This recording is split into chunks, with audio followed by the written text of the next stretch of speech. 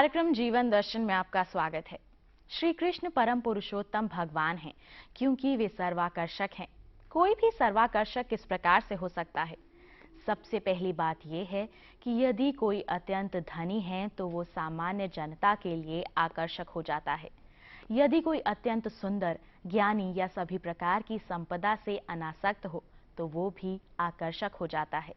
अतः हम अनुभव के आधार पर ये देखते हैं कि कोई भी व्यक्ति संपत्ति, शक्ति, यश, सौंदर्य, ज्ञान और त्याग के कारण आकर्षक बनता है। जिस किसी के पास ये 6 ऐश्वर्य एक साथ असीम मात्रा में हो तो ये समझना चाहिए कि वो परम पुरुषोत्तम भगवान है।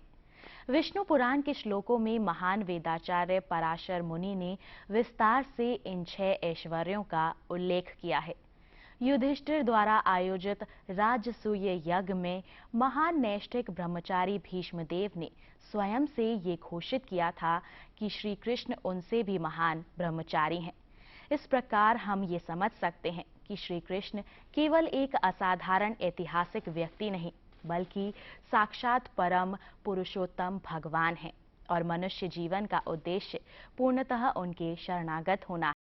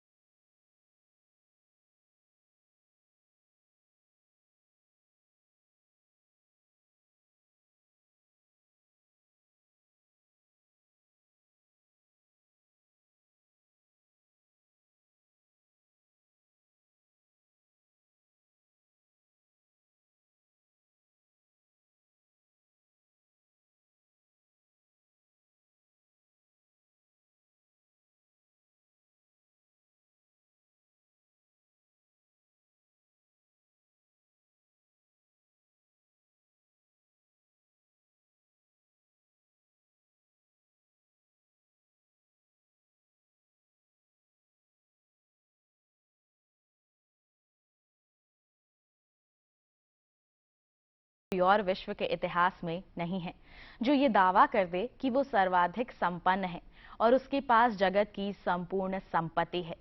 यदि कोई ऐसा करता है तो वो केवल भगवान ही हैं। श्री कृष्ण ऐसा दावा करते हैं, भोक्तारम यज्ञ तपसाम सर्वलोक महेश्वरम।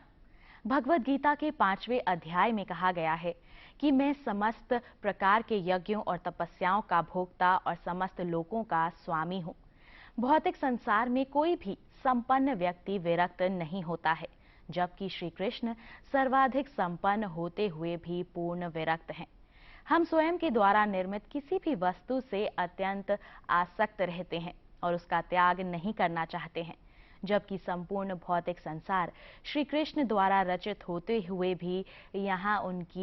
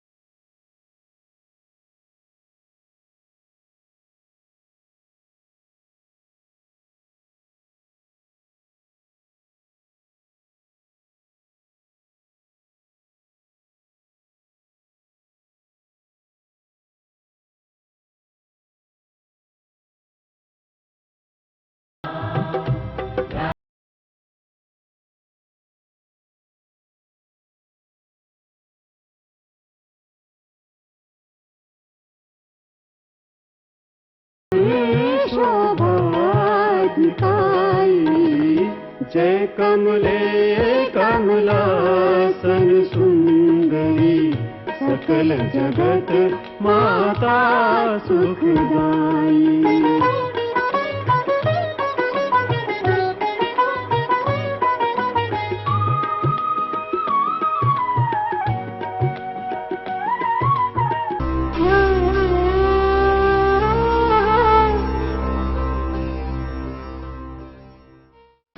हर गांव पर नजर, हर तकनीक पर पकड़, खबर मौसम की हो या हो हाट बाजार, हम आपको दिखाएंगे देश की प्रमुख हलचल और खेती बाड़ी से जुड़ी सभी अहम खबरें। देखते रहिए किसान समाचार, रोजाना शाम 7 बजे।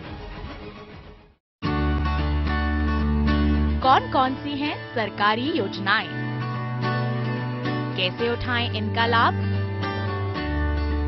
जानिए अपने गांव का हाल।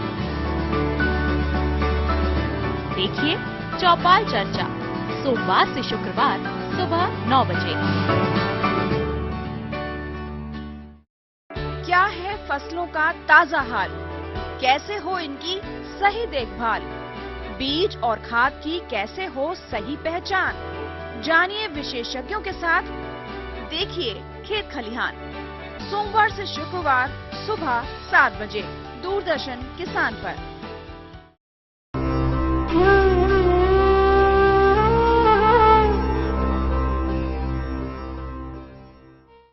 हम श्री कृष्ण का एक वृद्ध के रूप में कोई चित्र नहीं पाते हैं, क्योंकि वे कभी भी वृद्ध नहीं होते हैं। जब वे कुरुक्षेत्र की रणभूमि में उपस्थित थे तब उनकी आयु लगभग 90 वर्ष थी और उनके अनेक परपौत्र भी थे। फिर भी वे एक नव युवक जैसे ही थे। आद्य पुराण पुरुषम नव यौवनम च ब्रह्म संहिता के श्लोकों में उम्र का वर्णन है। उनकी छवि सभी भक्तजनों में चिर युवा की है और वही रहेगी। श्री कृष्ण ने भगवत गीता का उपदेश अर्जुन को दिया था। इससे हम समस्त प्रकार का ज्ञान विज्ञान, भौतिक, आध्यात्मिक, सामाजिक, राजनैतिक, वैज्ञानिक और दार्शनिक आदि प्राप्त कर सकते हैं। श्री कृष्ण का ज्ञान पूर्ण है, जबकि हमारा ज्ञान अपूर्ण है। हम गलतियां करते हैं, भ्रमित होते हैं, धोखा देते हैं। हमारी इंद्रियां अपूर्ण हैं। परम पुरुषोत्तम भगवान श्री कृष्ण इन संबंधों से पूर्णतः मुक्त हैं।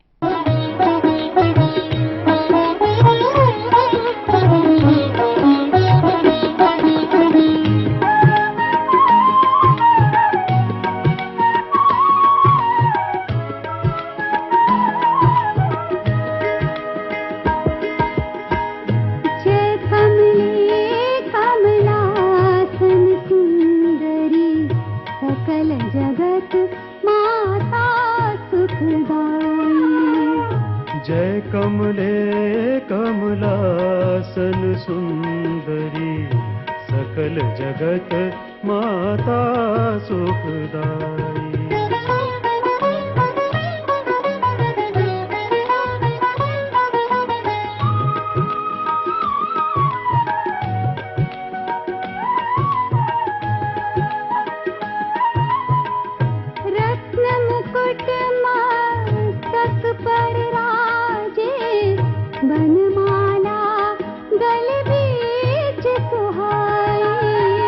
रत्न मुकुट मस्तक पर राजे, बनमाला गल बीच सुहाई।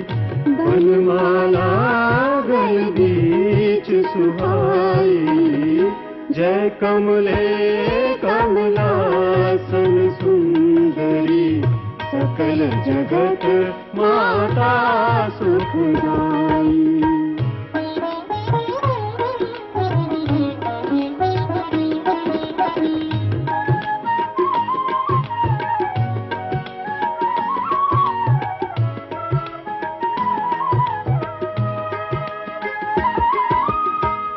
कानन में कुंडल कर कंकण, पग नूपुर शोभा दिखाई। कानन में कुंडल कर कंकण, पग नूपुर शोभा दिखाई। पग नूपुर शोभा जय कमले कमलासन सुंदरी सकल जगत माता सुखदाई।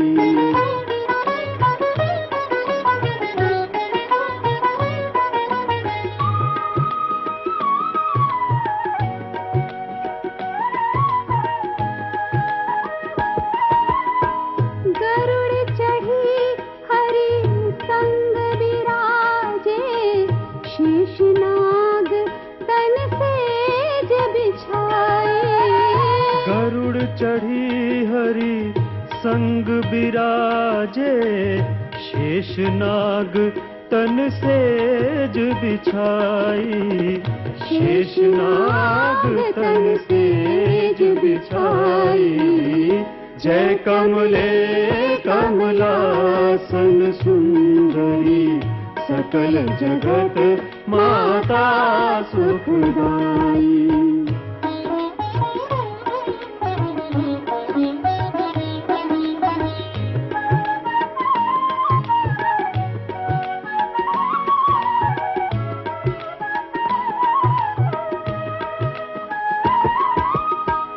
ब्रह्मानंद करे जो सुमिरण सुख संपत नित होत सहाई।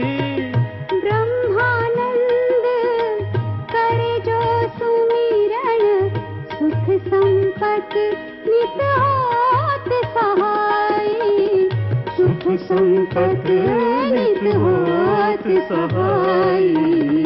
जय कमले कमलासन सुंदरी सकल जगत माता सुखदाई। जय कमले कमलासन सुंदरी सकल जगत माता सुखदाई। किसी भी जीव के दोष का कारण उसका अहंकार और अभिमान ही होता है। इस अहंकार का उदय ना हो और दीनता भाव सदैव सुदृढ़ रहे, इसके लिए श्री कृष्ण ममः अर्थात मेरे लिए कृष्ण ही एकमात्र शरण है, रक्षक हैं, आश्रय हैं। वही मेरे लिए सर्वस्व हैं। मैं दास हूँ, प्रभु मेरे स्वामी हैं और मैं आपकी शरण में हूँ। इस भावना से दीनता बनी रहती है और अहंकार का उदय नहीं होता है। भगवान श्री कृष्ण का जीवन दर्शन हमें निष्काम कर्म की प्रेरणा देता है। निष्काम कर्म करने से व्यक्ति सभी प्रकार के दुख, क्लेश और कष्टों से छुटकारा प्राप्त कर लेता है। भगवान कहते हैं कि प्रज्ञा बनो, इसमें कर्म तो करना होता है पर उसके फल की कामना, आकांक्षा उसे नहीं सताती है तथा रोग, भय और क्रोध नष्ट हो जाते हैं। वो शांतिपूर्ण जीवन यापन करने लगता है। ऐसे में उसे क्लेश, संताप और दुख नहीं सताते हैं। आज के हमारे इस कार्यक्रम में बस इतना ही। कल एक नए विषय के साथ पुनः उपस्थित होंगे। नमस्कार।